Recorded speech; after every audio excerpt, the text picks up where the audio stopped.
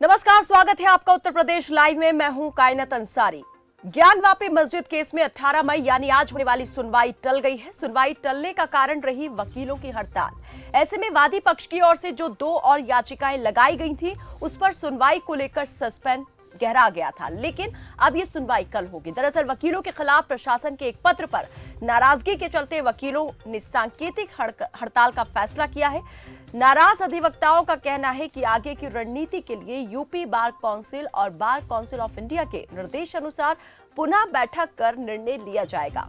हिंदू पक्ष की ओर मस्जिद के बाकी हिस्सों के सर्वे और कथित शिवलिंग के चारों तरफ से दीवार हटाने की मांग वाली याचिका के साथ सरकारी वकीलों की मांग पर भी आज सुनवाई होनी थी, लेकिन अब सुनवाई पर सस्पेंस गहरा गया है। अब सवाल यही कि वकीलों की इस हड़ताल का क्या कोई असर ज्ञानवापी मस्जिद केस पर पड़ेगा, क्योंकि 19 मई को वाराणसी सिविल कोर्ट में सर्वे रिपोर्ट पेश होनी है। वहीं सुप्रीम कोर्ट में भी 19 मई को मामले की अगली सुनवाई होनी है। सुप्रीम कोर्ट पहले ही कथित शिवलिंग वाली जगह को सुरक्षित रखने के साथ नमाज के लिए ना रोके जाने को कह चुका है। ज्ञानवापी केस पर निचली अदालत से लेकर सुप्रीम अदालत तक सुनवाई जो है वो कर रही है, लेकिन इस बीच वाराणसी में 18 और 20 मई को वकीलों की ओर से हड़ताल का ऐलान किया गया है। और इस केस में होने वाली अगली सुनवाई पर क्या इस हड़ताल से कोई असर पड़ेगा, सवाल यही। आखिर वकीलों ने क्यों की हड़ताल और क्यों नाराज है प्रशासन से वकील, पहले वो आपको सुनवाते हैं, उसके बाद करते हैं चर्चा की शुरुआत। विशेष सचिव प्रफुल्ल कमल द्वारा एक पत्र 14/5/2022 ईस्वी को सभी प्रदेश के सभी जिलाधिकारी को प्राप्त हुआ है। उस पत्र में प्रदेश के सभी अधिवक्ताओं को अराजक तौर पर मानकर उनका संज्ञान लेने का आदेश दिया गया है। हम इस पत्र की भूरी भर्त्सना करते हैं। दिनांक 17/5/2022 ईस्वी को the central bar association Varanasi व दी बनारस बार एसोसिएशन वाराणसी की बैठक आहूत की गई, जिसमें यह निर्णय लिया गया कि इस पत्र के विरोध में हम दिनांक 18/5/2022 ईस्वी को पूर्ण रूप से हड़ताल पर रहेंगे, न्यायिक कार्य से विरत रहेंगे। आज के दिन किसी भी प्रकार का कोई भी न्यायिक कार्य नहीं होगा। तो वकीलों की तरफ से हड़ताल का ऐलान कर दिया गया है। आज हड़ताल रही, जिसके चलते जो वाराणसी सिविल कोर्ट में सुनवाई होनी थी वो नहीं हो सकी और ये टल गई है। तो जो महत्वपूर्ण याचिकाएं वादी पक्ष की ओर से बताई जा रही हैं, जिस पर वादी पक्ष चाहता था कि जल्द से जल्द इस पर सुनवाई हो और कोर्ट की तरफ से कोई फैसला आ जाए, उस याचिका पर सुनवाई आज नहीं हो सकी है। और सामने बात यही आ रही है कि अब ये सुनवाई कल होगी, इन दोनों याचिकाओं पर सुनवाई होगी। हालांकि महत्वपूर्ण सबसे बात जो कल रहने वाली है वो ये कि सर्वे रिपोर्ट जो है वो कल कोर्ट में पेश की जाएगी कोर्ट कमिश्नर्स की ओर से। तो इस पूरे मामले को लेकर देश भर की निगाहें आज जो है ज्ञानवापी केस में कोर्ट के फैसले पर टिकी हुई हैं कि कोर्ट की तरफ से इस मामले को लेकर क्या निर्णय आता है। क्या वादी और क्या प्रतिवादी पक्ष, दोनों की ही अपने अलग अलग दावे हैं और दलीलें हैं, लेकिन कोर्ट किस तरीके से यहां पर इस मामले को देख रहा है और जो यहां पर सर्वे हुआ है वो क्या कहता है, उसकी रिपोर्ट के आधार पर कोर्ट का क्या फैसला होगा। लेकिन इस बीच इस मामले पर सियासत जो है वो भी लगातार गर्माती जा रही है।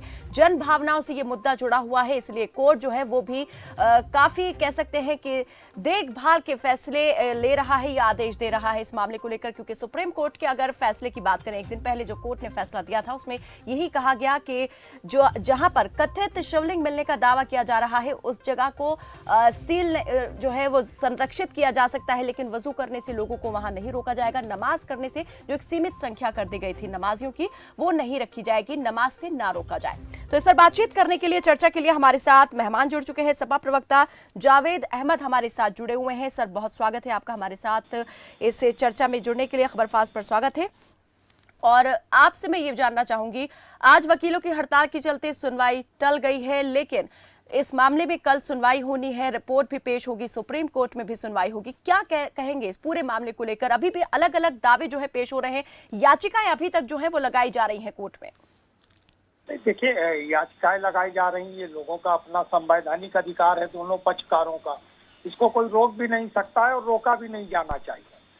लेकिन जिस तरीके से कॉन्स्टिट्यूशन को बाईपास करके, कानून को बाईपास करके निचली अदालत से ही फैसले हो गए सारे, किसी ने ये वादी पक्ष ने भी मांग नहीं की कि नमाजियों की संख्या सीमित कर दीजिए।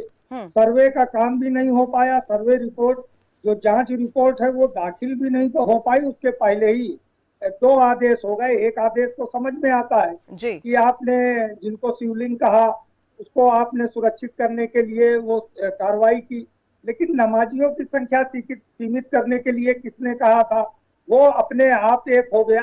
ठीक है, जो आपने कॉन्स्टिट्यूशन को बाईपास किया, संविधान को बाईपास किया, उसके बाद अदालत का जो भी आदेश आया उसको सब ने सिर माथे पर रखा और उसको उसका पालन भी हुआ। मैं भी यही कहना चाहता हूं कि जब ये दोनों पक्षकार जब कानून के रास्ते पर बढ़ चले हैं, तो जिस तरीके से देश के अंदर एक सनसनीपूर्ण माहौल बनाने की कोशिश की गई, जिस तरीके से एक उत्तेजना उत्साह पैदा करने का प्रयास किया गया, यह इस देश के हित में नहीं जावेद जी, है। किसने यहाँ पर सनसनी फैलाने की कोशिश तो की? कौन कायनात जी, आप उत्तेजनापूर्ण खुद माहौल देख रही उत्पन्न हैं कर रहा है? कि किस तरीके का मीडिया का एक वर्ग सनसनी पैदा कर रहा था। 52 कैमरों के साथ जिस तरीके से रिपोर्टिंग हो रही थी, लग रहा था जावेद कि जी, मीडिया का दीवानी। काम है, ठीक है, कैमरे पर चीजों को दिखाना, नहीं, बताना, देखिए लेकिन मीडिया का काम है। देखिए आप कायनात जी ये भी समझ लीजिए, मीडिया की अपनी सीमाएं हैं, हमारी अपनी सीमाएं हैं, न्यायालय की सीमाएं हैं, विधायिका की सीमाएं हैं, हर एक की अपनी अपनी सीमा होती है। लेकिन जब अदालत के आदेश पर यह सर्वे नहीं हुआ है, इसको जो लोग सर्वे कह रहे हैं यही कानूनी रूप से गलत है। ये एक सामान्य जांच प्रक्रिया के लिए कमिश्नर नियुक्त किया गया था। अदालत ने जिस सामान्य जांच प्रक्रिया के लिए कमिश्नर नियुक्त किया, वो वहां पर उस परिसर के अंदर जो कुछ भी पाया जा रहा था वो केस की प्रॉपर्टी थी। उसकी सीक्रेसी कैसे लीक हो रही थी, किस तरीके से लोग जो है घूम घूम कर कह रहे थे। जावेद जी, क्या आप यहाँ पर कोर्ट की प्रोसीडिंग पर सवाल उठा रहे हैं? कोर्ट की तरफ से जो भी प्रोसीडिंग रही उस पर आप कह रहे हैं कि ये ठीक नहीं हो रही है? बनाने का प्रयास किया गया, ये गलत था। मैं ये कहना चाह रहा हूँ कि इससे हमें आप सबको बचने की कोशिश करनी चाहिए। जो अंतिम रूप से न्यायालय का फैसला है, अब दोनों पक्ष वहां पर है। सही तो ये है कि ये मामला ही पूरा जो है वो अंजुमन इंतजामिया मसाजिद का नहीं है। ये मामला मस्जिदों का मालिक जो है कोई मुसलमान नहीं हो सकता है, कोई व्यक्ति नहीं हो सकता, कोई कमेटी नहीं हो सकती है। उत्तर प्रदेश के अंदर या भारत के अंदर मस्जिदों का केयर टेकर, वो रजिस्टर्ड मस्जिदें हो या गैर रजिस्टर्ड मस्जिदें हो, उसका केयर टेकर सेंट्रल वक्फ काउंसिल। चलिए जावेद जी, इस पर हम बात करेंगे, लेकिन इस बीच आ रही एक बड़ी खबर का हमें यहाँ रुक करना पड़ रहा है। कैथल से आ रही ये बड़ी खबर, विधायक लीलाराम के खिलाफ कलायत थाने में शिकायत। कैथल से बड़ी खबर, बीजेपी विधायक है लीलाराम। विधायक ने आप कार्यकर्ताओं को बताया था आतंकवादी। मानहानि केस के लिए विधायक के खिलाफ शिकायत। तो विधायक लीलाराम के खिलाफ कलायत थाने में शिकायत दर्ज हुई है। आप कार्यकर्ताओं ने ये शिकायत दर्ज करवाई है। विवादित बयान देने का मामला है और कुछ दिन पहले बयान दिया था बीजेपी विधायक लीलाराम ने, जिसमें उन्होंने कहा था कि आतंकियों से संबंध है आम आदमी पार्टी का। विधायक के बयान को लेकर शिकायत हुई दर्ज। कैथल से आ रही बड़ी खबर।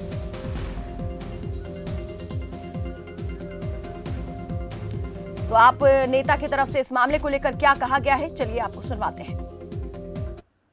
कैथल से विधायक हैं लीलाराम, उन्होंने पिछले 2-3 दिन पहले आम आदमी पार्टी के प्रति आतंकवादी शब्द का यूज़ किया था और कार्यकर्ताओं को भी आतंकवादियों का समर्थक कहा था। आज उनके खिलाफ मैंने कलायत थाना में एक शिकायत दर्ज करवाई है और देखते हैं कार्रवाई क्या होती है। तो कलायत थाने में शिकायत दर्ज करवाई है आप कार्यकर्ता ने, जिसमें उन्होंने कहा कि आधार यहां पर यही है शिकायत दर्ज करवाने का कि उन्होंने आपको आतंकी शब्द कहकर संबोधित किया। जयपाल रसूल हमारे सहयोगी ज्यादा जानकारी के साथ जुड़े हैं। जयपाल, जरा बताएं किन धाराओं के तहत मामला दर्ज करवाया गया है और क्या कार्रवाई इन धाराओं के तहत की जा सकती है विधायक के खिलाफ? जी, पहले तो मैं आपको दुरुस्त करवा दूं कि मामला अभी दर्ज नहीं हुआ है, सिर्फ शिकायत दी गई है थाने में। शिकायत इस संदर्भ में दी गई है कि कैथल के विधायक लीलाराम ने कुछ दिन पहले जो आदमी पार्टी है उसके नेताओं को आतंकवादी कह के संबोधित किया था। उन्होंने 2-3 दिन पहले जो बयान दिया था कि आम आदमी पार्टी के जो नेता हैं वो आतंकवादी जो गतिविधियां उनसे जो संलिप्त है, कहीं ना कहीं देश में जो हर रोज देश विरोधी जो आतंकवादी जो घटनाएं सामने आ रही हैं उनमें कहीं ना कहीं आम आदमी पार्टी के नेताओं का हाथ है। इस संदर्भ में आम आदमी पार्टी के जो बैनर तले एक रोष प्रदर्शन भी परसों निकाला गया था, विधायक की कोठी का घेराव किया गया था। उसके बाद आज बता दें कि कैथल के कलायत हल्के में एक कलायत थाने में शिकायत दर्ज करवाई गई है, जिस बीच अभी FIR दर्ज नहीं हुई है। शिकायत में जो आम आदमी पार्टी के कार्यकर्ता हैं, उन्होंने आरोप लगाए हैं कि जो भाजपा के विधायक हैं कैथल के लीलाराम, उन्होंने आम आदमी पार्टी के कार्यकर्ता तथा नेताओं को आतंकवादी कहा है, और अगर वो आतंकवादी है तो इसकी जांच करवाई जाए। अगर वो उनकी जांच में दोषी पाए जाते तो उनको जेल में डाला जाए। अदरवाइज कैथल के विधायक लीलाराम के खिलाफ जो है मानहानि उनकी हुई है, उसके संदर्भ में मामला दर्ज किया जाए। जी चलिए, तो इस पर कोई बयान सामने आया है पुलिस अधिकारी की तरफ से? घंटे पहले की बात है, अभी तक इस मामले में ना तो पुलिस की तरफ से कोई भी प्रतिक्रिया आई है, ना ही अभी ये पुष्टि हो। जी चलिए, बहुत शुक्रिया जयपाल इस तमाम जानकारी के लिए। तो कलायत थाने में, कैथल के कलायत थाने में ये शिकायत दी गई है, हालांकि अभी मामला दर्ज नहीं हुआ है।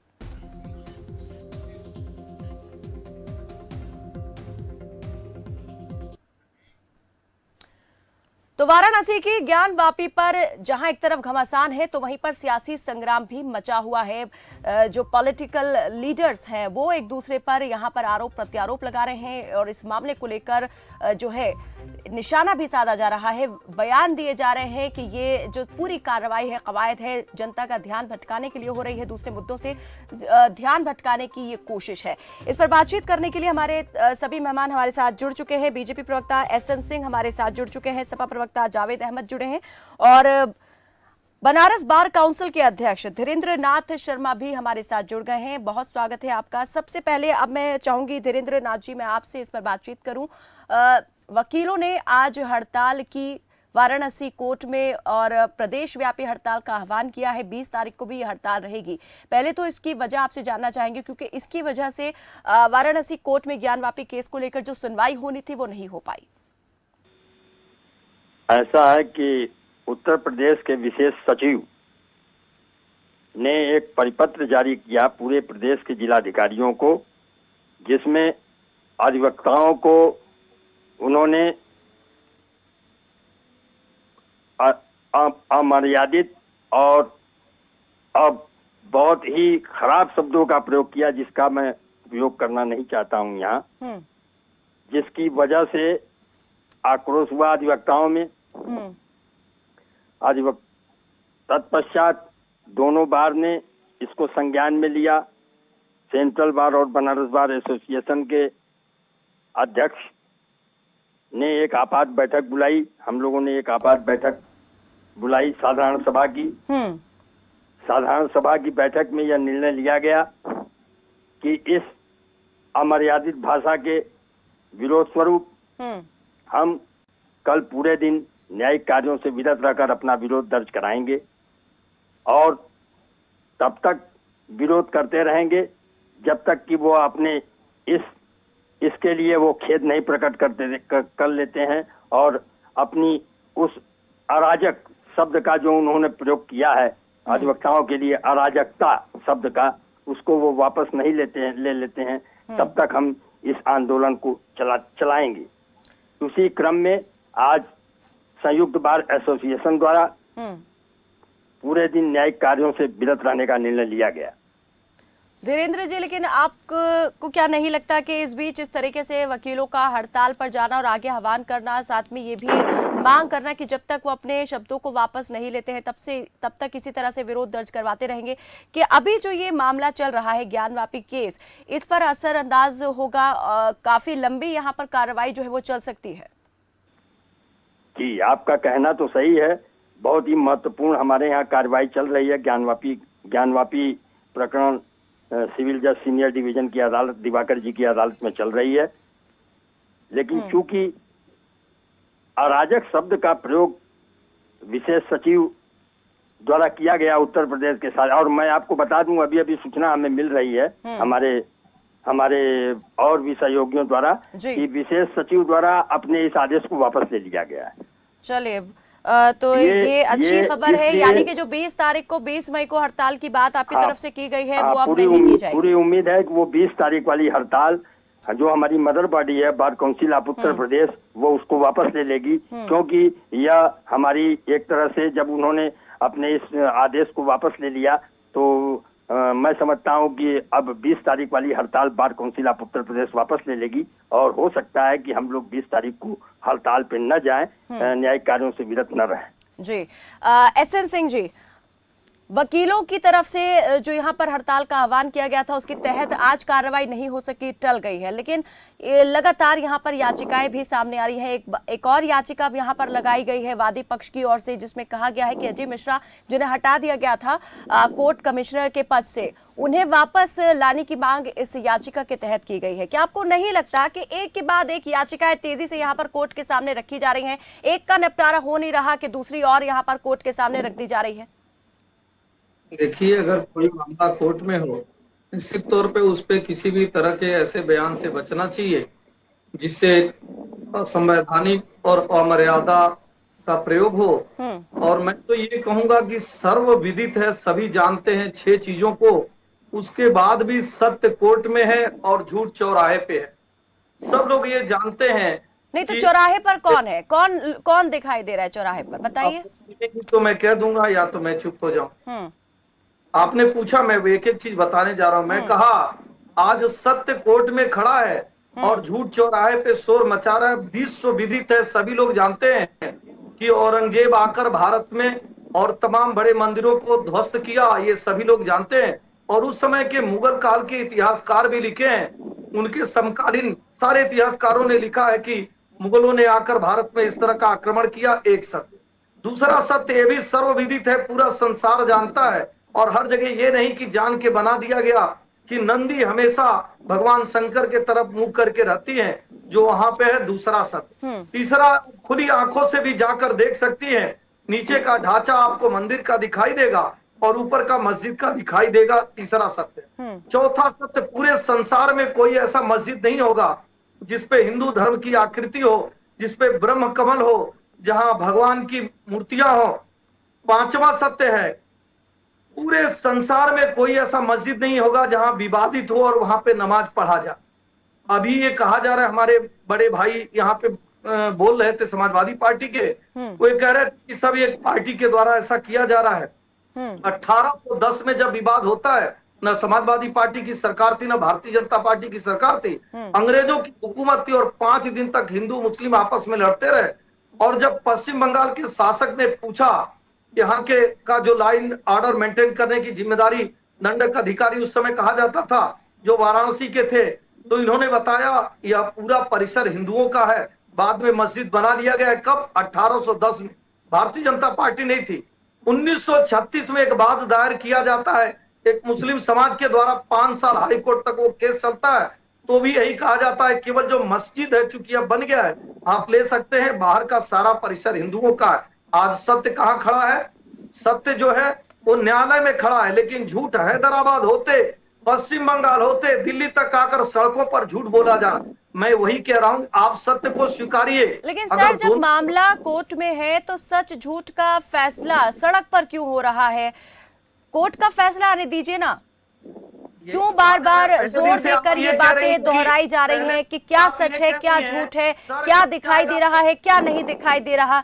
इस सारी बहस में क्यों फिर जाया जा रहा है? कहा जा रहा है सर कट जाएगा, लेकिन हम जांच नहीं होने देंगे। दूसरे नहीं, दिन तो क्या जांच नहीं हुई? जांच हुई ना, वहां पे सर्वे टीम पहुंची, सर्वे भी हुआ।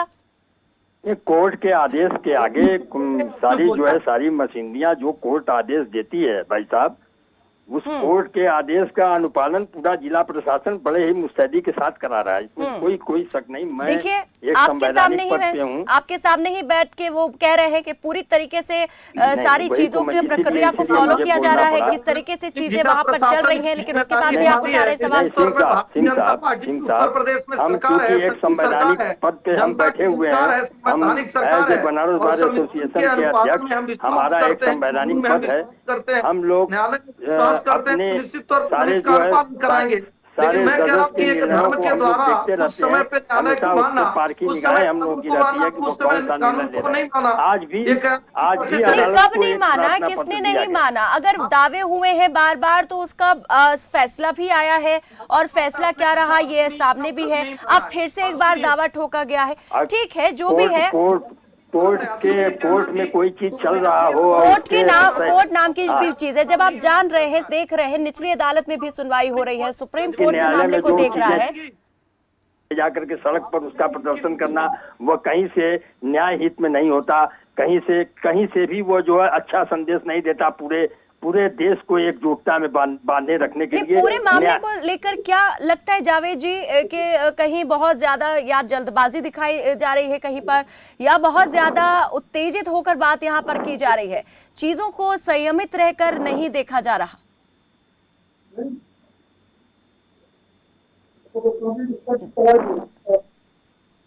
जावेद जी, मेरी आवाज मिल पा रही है आपको? देखिए, हाँ कायनात जी, सवाल मुझसे था। देखिए, बार के आदरणीय अध्यक्ष धीरेन्द्र जी बैठे हुए हैं, हमारे भाई एसएन सिंह जी हैं।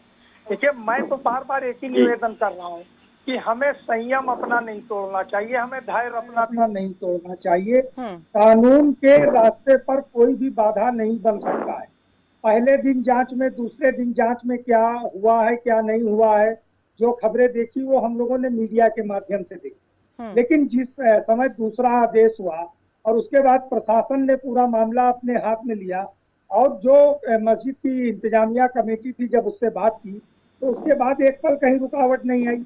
अब हैदराबाद क्या बोलता है, नागपुर क्या बोलता है। एक आखिरी सवाल, क्योंकि मेरे पास वक्त बहुत कम बचा है, एसएन सिंह जी मैं आपसे करना चाहूंगी। यहाँ पर वादी पक्ष की तरफ से एक और याचिका आज ही लगाई गई है सिविल कोर्ट के अंदर, जिसमें कहा गया कि अजय मिश्रा को वापस लाया जाए, उनकी जो सर्वे रिपोर्ट है उसको भी, जो सर्वे रिपोर्ट पेश की जाएगी उसमें शामिल किया जाए, जबकि खुद अजय मिश्रा को कोर्ट हटा चुका है इस पद से, सूचनाएं लीक करने का उन पर आरोप लगाए। क्या आप मानते हैं ये मांग जायज है, ये याचिका लगानी चाहिए थी?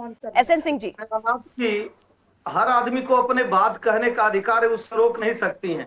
कयानाथ जी, आप देखिए, अगर सुप्रीम कोर्ट कहता है अजान माइक से नहीं होना चाहिए, उसके बाद भी कयानाथ जी अगर हाई कोर्ट में चली जाती हैं, अरे फिर आप बात वहां तक ले गए, अभी मंदिर पर, अभी मस्जिद पर बात, अभी आप लाउड स्पीकर पे चले गए हैं।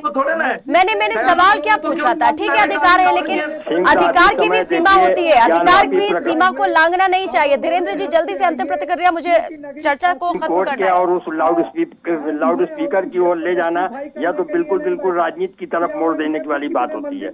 आप अभी ज्ञानवापी के मसले पर रहें, मेरा आपसे रिक्वेस्ट है, मेरे आपसे अनुरोध है, तो ये अच्छा रहेगा। बहुत सेंसिटिव केस है और इसको बहुत ज्यादा हमें उसी गंभीरता के साथ देखना है, इस पर बात करनी है, क्योंकि जन भावनाओं के साथ ये जुड़ा हुआ मुद्दा है। सिर्फ धर्म की बात नहीं है, लोगों की भावनाएं भी यहाँ पर जुड़ी हुई है। सिर्फ एक पक्ष की भावनाएं नहीं, दूसरे पक्ष की भी भावनाओं का सम्मान यहाँ पर जरूरी हो जाता है। चलिए, याचिका भी पड़ी है, अजय मिश्र जी को वापस लेने के अलावा एक याचिका और भी पड़ी है कि जो उसमें जू वगैरह जो क्या है बोलते हैं, उसको वो लोग करते हैं, जो है उसको भी रोका जाए और उसके लिए जो है हमको जो है परमिट किया जाए। बताइए, अब आप यहाँ भी एक कोर्ट कमिश्नर को लेकर भी आप कह रहे हैं, उन पर अगर कोर्ट की कार्रवाई होती है तो आप कह रहे हैं कि धर्म का पालन कर रहे हैं। चलिए, यहाँ भी आप धर्म को बीच में ले आए हैं। बहुत बहुत शुक्रिया आप सभी मेहमानों का हमारे साथ इस बातचीत में जुड़ने के लिए। तो ज्ञानवापी मस्जिद विवाद पर इस वक्त सभी की निगाहें टिकी है।